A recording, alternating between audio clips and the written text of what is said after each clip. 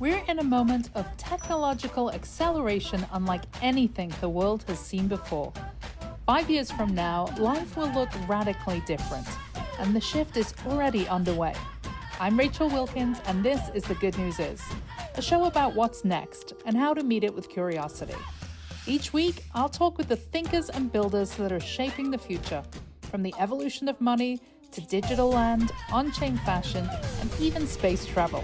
Let's get into it. Art finds its way into everything, and now it's finding its way onto Bitcoin. Today, I'm joined by Danny from Onchain Monkey to unpack the growing movement of art on Bitcoin. Why are artists paying attention? What makes Bitcoin different? And how is this shaping the future of digital creativity? Let's dive in. And I have the pleasure of sitting down with the creator and co-founder of Onchain Monkey, which is Mr. Danny Yang. So Danny, welcome. It's so great to get some time with you. Thanks. Great to be here. Great to be in Paris. Yeah, NFT Paris is pretty amazing. It's pretty awesome. I feel like every year it just kind of levels up. But this year you have a really special activation that is very much focused on the Bitcoin ecosystem. Talk to us about why that decision for Onchain Monkey. Yeah, we've been focusing on art on Bitcoin for the last 2 years, and it's been growing steadily. And we have a booth this year. We also teamed up with Ledger to host this great party last night, and art blocks too. So generative art on Bitcoin has been our focus. And we were going to kind of come back to it because what I want to do first, just to level set, because a lot of our audience are new, not just to art on chain, but also new to crypto. So I think let's start with the very basics. Why art on blockchain? Why art on Bitcoin? Why ordinals? What the heck is an ordinal? Let's break it down. Yeah, well, first, Bitcoin is the cryptocurrency, hard money, token that the world has been hearing about for years and years, and this year I think is going to be a special year for Bitcoin because of changes in the U.S. administration and just more acceptance over years. So why art on Bitcoin? Well, you have Bitcoin, and now you can do art on Bitcoin, and it's that simple.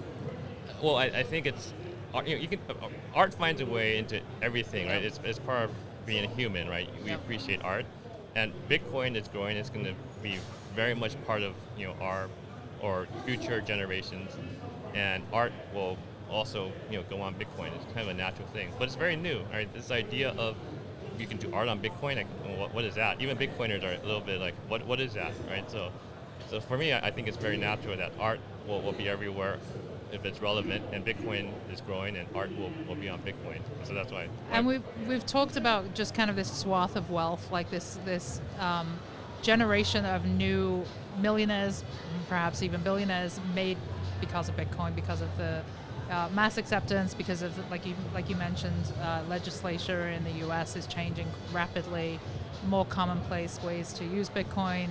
So now this, you're going to have naturally this moment where people are like, okay, well, where do I spend my money? Like, what do I spend it on? And culture, anything kind of culture aligned or art related tends to benefit from those moments of extreme wealth.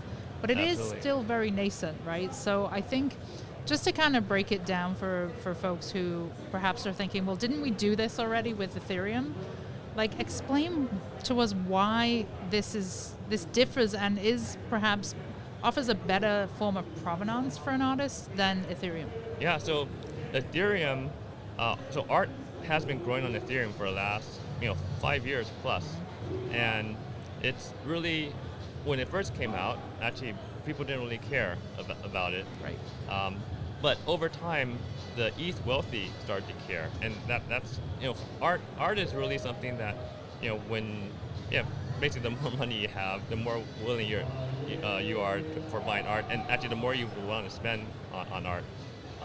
So the ETH wealthy got behind art on Ethereum, and I think that's going to happen for basically Bitcoin wealth, and Bitcoiners are going to be a lot wealthier in the near future, and they're going to spend. And the interesting thing about Bitcoiners and also art collectors, so like high-end art collectors or kind of the wealthy that collect fine art, there's a lot of overlap in those communities and also in how they think, appreciate, kind of spend their wealth. So Bitcoiners are going to kind of discover that there's actually art on Bitcoin they can collect, and so we'll see that grow. But yeah, we're very early in that phase of art on Bitcoin, which is pretty exciting.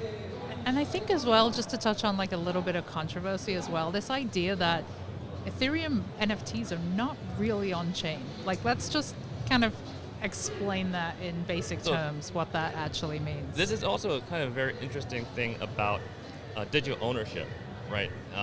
So I got into the whole crypto space because of Bitcoin, and I've been explaining to people about owning Bitcoin and how you should just buy some Bitcoin and own it because it's this digital thing that you can own. And that concept is actually quite hard for pretty much everyone to wrap their heads around. I think it's generational too. It's like the internet is not new to us anymore, but it was new to people before us. So digital ownership is a new concept. So I think people are starting to wrap their head around owning Bitcoin as something digital, but art can also be purely digital and ownable. And that was the thing with NFTs. But the question about Ethereum art versus Bitcoin art. So Ethereum art, the unique kind of new thing when they came out was here is basically a certificate of kind of ownership that you can own as a token, an NFT, a non-fungible token on Ethereum, and that represents your ownership of some digital art. The digital art can be anywhere. It could be on your hard drive, or it could be it's not related to the blockchain itself. But that was already a step up in kind of digital art and how you can own it on a blockchain. And in fact, we saw kind of this kind of big growth in market share for that, like digital art owned on Ethereum through this certificate model. On Bitcoin, what's really cool about Ordinals is that that model, or the new model for art on Bitcoin is that it's not just the certificate that you own pointing to some art, digital art.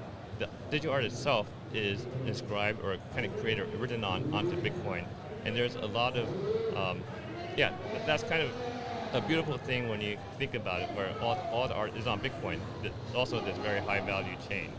And so that's also a new concept, is on-chain art on Bitcoin. And it's very, like once you kind of fall into the rabbit hole of kind of seeing what's possible with art on Bitcoin, it's all very quite elegant and beautiful. I love, and you explained this to me off camera, and I did find it to be very elegant and beautiful. You're so right. I think one of the biggest challenges for anybody coming into this space right now, I've personally been here since 2020. You've been here since 2013.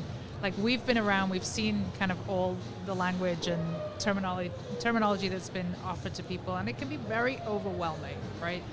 I think for a creator coming in right now, there's so much choice. You have, Ethereum, you have layer 2s, you have base, you have abstract, and now all of a sudden the kind of puck is going towards ordinals. Like, how do you kind of sell that to a creator? Like, why ordinals? Why in this moment does this matter? Yeah, so we've been talking to artists in particular. Generative artists actually kind of is the perfect fit for ordinal art, because the ordinal, basically art on Bitcoin really, I think of it as a kind of the medium for art. Like marble is a medium for sculptures to create sculptures.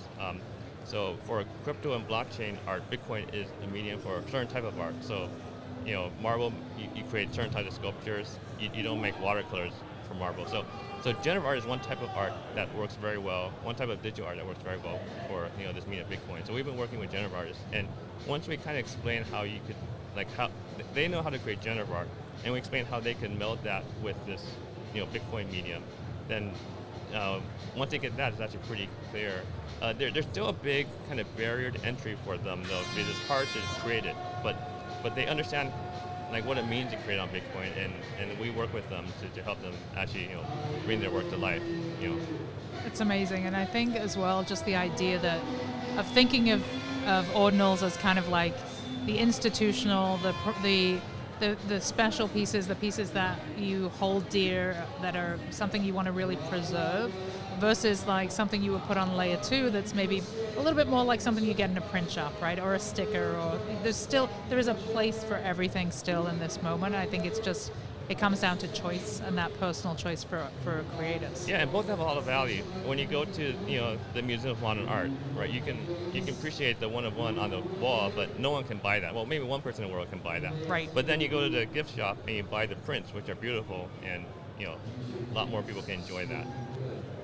So talk to us a little bit about kind of some other examples that you see Ordinals technology being utilized for, because a lot of the conversations that I've heard at the conference today have been around how do we onboard the next billion people, we've got to build consumer applications on top of these crypto rails. Like, that is not what you hear in the Ordinals space.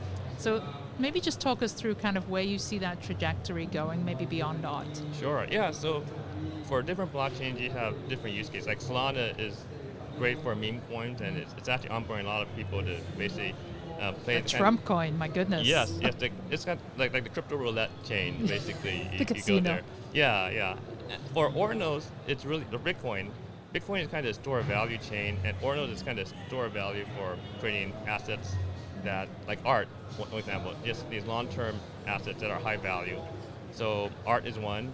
Other things are digital assets that might have a lot of high value to certain groups. I think it could. Companies that have maybe high value assets they might want to describe, or even like memorials, or things to certain people are very high value. You might want to store that securely forever on Bitcoin. So if it's high value digital assets, kind of can't have its place on Bitcoin. And you gave me a good example, if you want to just share that, of what that could look like. Sure, like the memorial for a family member who passed away, right? Instead of people might pay a few $1,000s for a bench or a tree in a park, right? Those can last decades or even 100 years. So you can make a digital type of memorial on Bitcoin that could last, who knows, hundreds of years or longer, as long as Bitcoin is around. It is a whole new world. So I just want to touch on kind of the overarching company behind Onchain Monkey and all of this great work that you and Amanda are doing to onboard artists into this ecosystem. But you also have the company is called MetaGood, and you are very kind of social impact driven, wanting to create meaningful impact to individuals. So talk to us about the why of that, and also perhaps share some examples of what that's looked like in real time. Yeah, so we started this company MetaGood. It's an NFT company on how we use this technology of NFTs to help communities of like-minded individuals, make impact in the world. And we ended up launching our own, or I launched an on-chain generative art collection, and the community formed around it. So we've been kind of focusing on this community, Onchain Monkey, and this community also has, we have 4 values. We often kind of say in the like RISE, which stands for our 4 values: respect, integrity, sustainability, and enrichment. And we try to like our like-minded community stands by these values, and we try to also make positive impact in the world.